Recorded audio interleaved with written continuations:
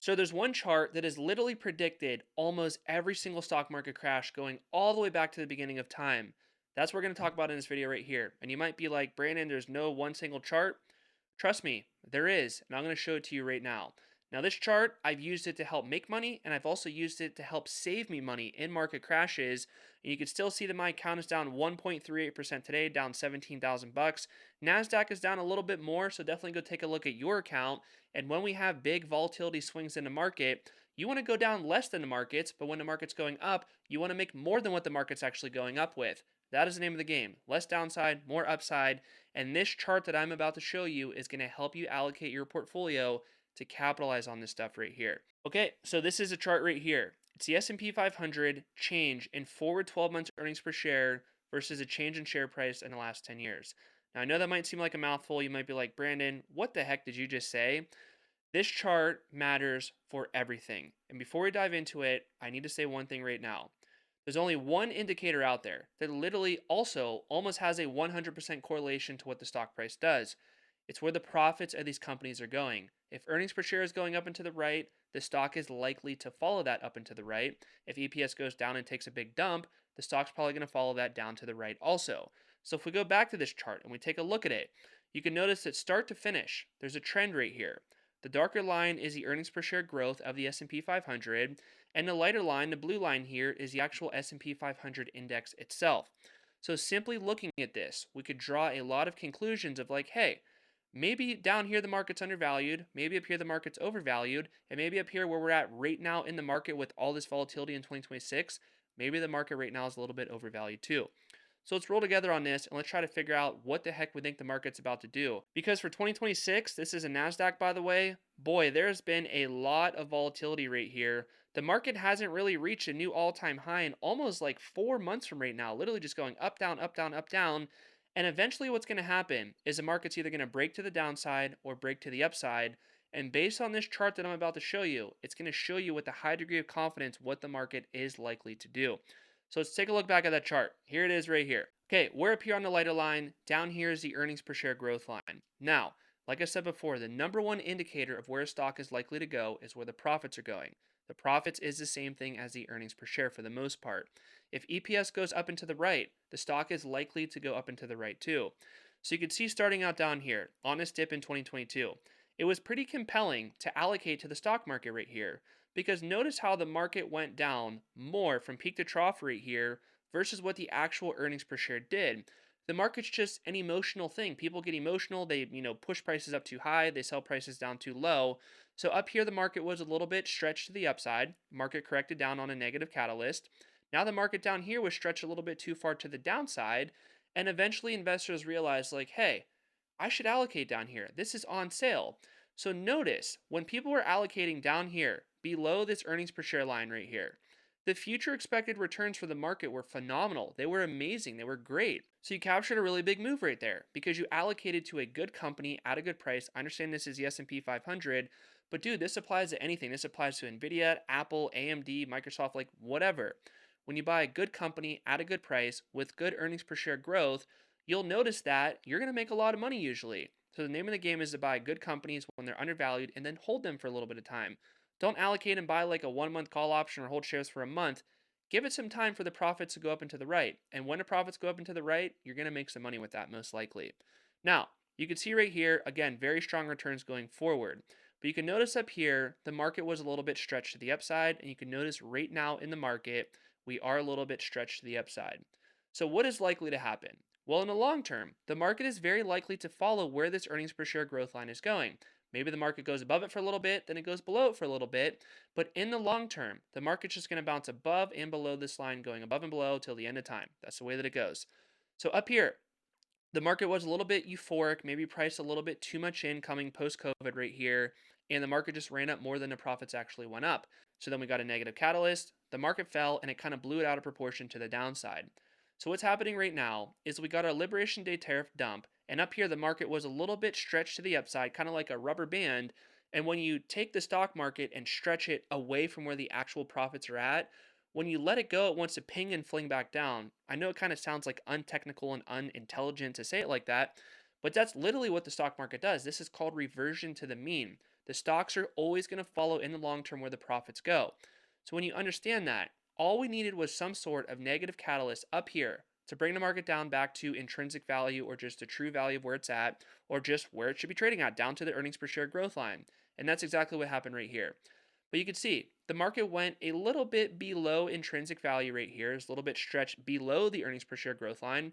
So there was deals on there were sales, and that was a good time to allocate. But then the market coming out of this dip right here, a lot of investors got very euphoric, very excited about AI and the efficiencies and the earnings per share growth and all that good stuff. And then the market just went like holy moly straight up into the moon. And if we go back to TradingView here, like take a look at how crazy this move really was going from bottom to top since that April dip. The market went up literally 48% for the Nasdaq in that same time frame right there. And the thing that didn't happen in that time frame is earnings per share did not go from here to here up 48%. Earnings per share went up a little bit, but it totally did not go up 48%.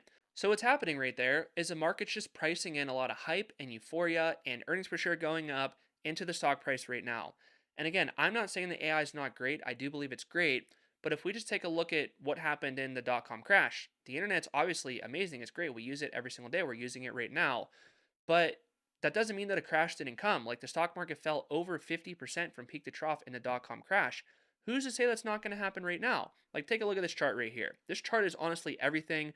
I know you might think I'm beating a dead horse and you get it, but people that truly understand this chart and what I'm about to say, it's probably going to change your life. So who's to say that where we're at right now, we go down here, we go to the left, and then that could be the price where the S&P 500 should be trading at right now.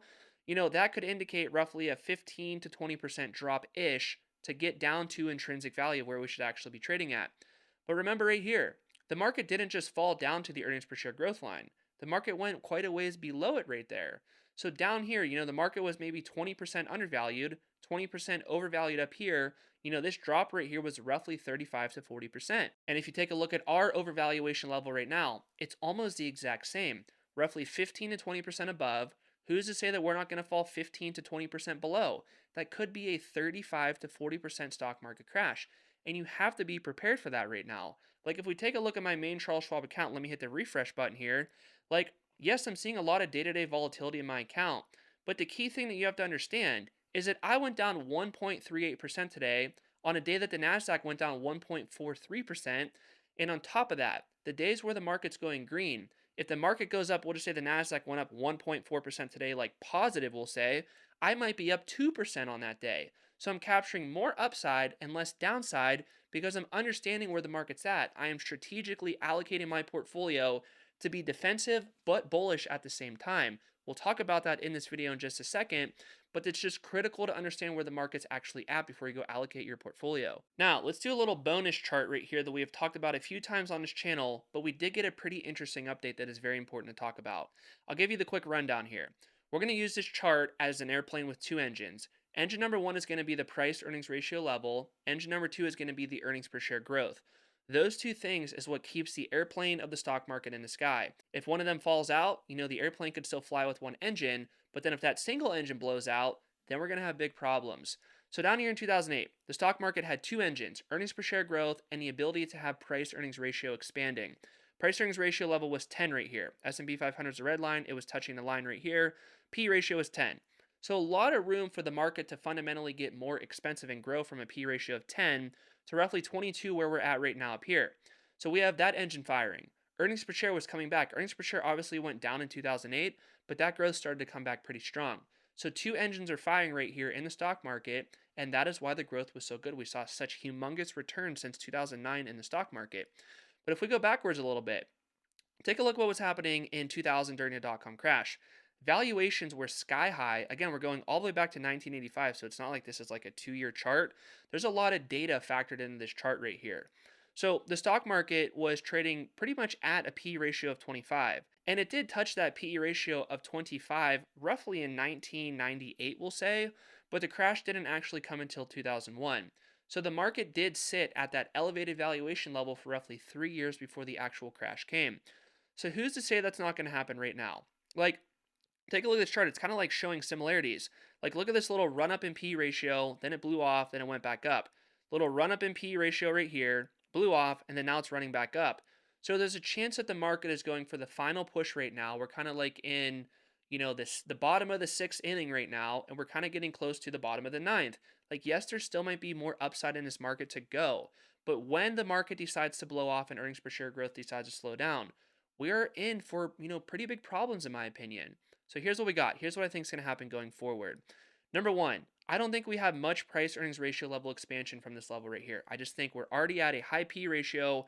Yes, we're not at 25, we're down here around 22. I just don't think that we have much more expansion to happen right there. If P ratio can't expand, the literal only way that the stock prices are going to go up is if the profits go up. And in order to get a good gauge of what I think the profits are going to be doing, like I break down so many different companies here every single day when they report to get a gauge of how the overall economy is doing. Like all the hot companies, I break them down. I even go through and make like specific videos for them so that we get a gauge of what the heck is going on out there. So I build a very strong thesis of where I think the market's actually going to go. This is another thing I'm going to show you in a second that really points to things aren't really looking that hot right now. But, overall, I think that EPS growth is strong. P ratio expansion, I don't think is going to happen. So, as long as we still have the one engine of EPS growing, the market's probably going to be fine. But if that engine blows out, and right now we're sitting up here at 40,000 feet, that plane's going to take a nosedive down. And yes, maybe we take a nosedive down, things correct a little bit, and then the plane continues to take back off as the engine fires back up. But maybe it doesn't. Maybe we crash into the ocean and then we're all going to be drowning out there and we're going to have a big bad crash. Who knows? But what I'm getting at is the way that I always allocate my portfolio is that I'm going to win if we get upside because I'm going to capture appreciation. But if we get downside, I'm not only going to survive a 50% crash, but I'm going to capitalize on it. And when you have valuations up here and you see everyone in the market the last few years, like look at this chart right here of the NASDAQ. Like the last few years right here, dude, it's literally been going up and to the right. Like everybody's been making through this time frame right here. Like everybody's been making money through this time frame right here. But it's not always going to be like that because we did see a lot of price earnings ratio level expansion. Like we went from a P ratio of 15 to 22. Like that's a lot of the reason why the market went up. But we're not going to be able to stack another P ratio expansion on top of where we're at right now. It's just not likely. Since 1985, the market has never went over a P ratio of 25.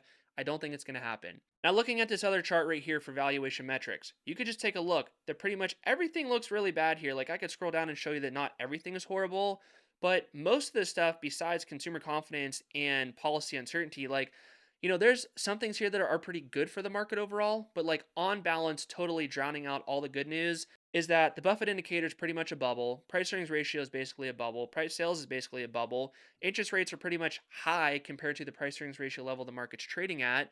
Mean reversion, like we talked about mean reversion before, I know it's hard to see, but it is likely that we have mean reversion. We correct down to the mean line of earnings per share growth. This darker line, the black line, is the freaking mean. We are going to correct down to that at some point. Now, the other things here, like I said, are not super important to understand, but overall, like, hey, the market is a little bit overvalued. So how am I allocating my portfolio right now? Well, like you guessed before, and like I said, I'm allocating in a way to not only survive a 50% crash, but to be able to capitalize on it. So I'm building my base portfolio, which is the S&P, the NASDAQ. I have that built pretty strong. As for individual companies, only companies with very strong pricing power, a very strong moat, with a very good valuation level. And when I allocate to those companies, again, they have to be almost check all the boxes perfectly right now. Because if the overall market goes down, like those companies are going to go down too for sure. There's no doubt about that. But as long as I get in at a good valuation level and I'm patient with it, I'm going to be just fine. Now, as for stock options, I sell portfolio secure puts, not cash secure puts. You know that I talk about it all the time on the channel here. My sold put assignment value ratio is super well within check right now. So even if this account falls 50%, I'm going to be just fine. And as for leap call options that I'm buying right now, only options that I'm doing right now, by the way, are all longer duration because maybe we do have a little bit of a dip and maybe the stock market goes down to where the earnings per share growth line's at. Maybe that's a combination of the market going down, market going sideways, or EPS just catching up faster than what the actual index is going up. Like, I'm not saying we have to have a crash, but these lines are going to overlap again. I can pretty much guarantee you that. And when they do overlap, things are going to be on sale. And I want to have my ratios well within check so that I could capitalize on that stuff. Because again, everyone is always in a humongous rush to go allocate their portfolios and go buy things. But if you're patient and you wait around, you're going to get compelling opportunities, and that'll be the time to capitalize on it. So my ratios are always in check.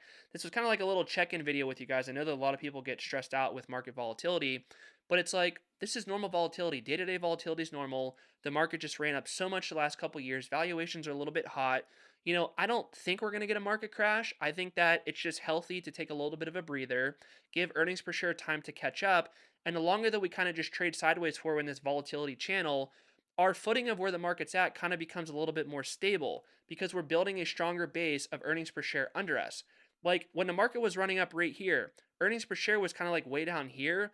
But the longer we sit in this sideways channel right here, earnings per share has more time to catch up and we're just standing on a stronger footing.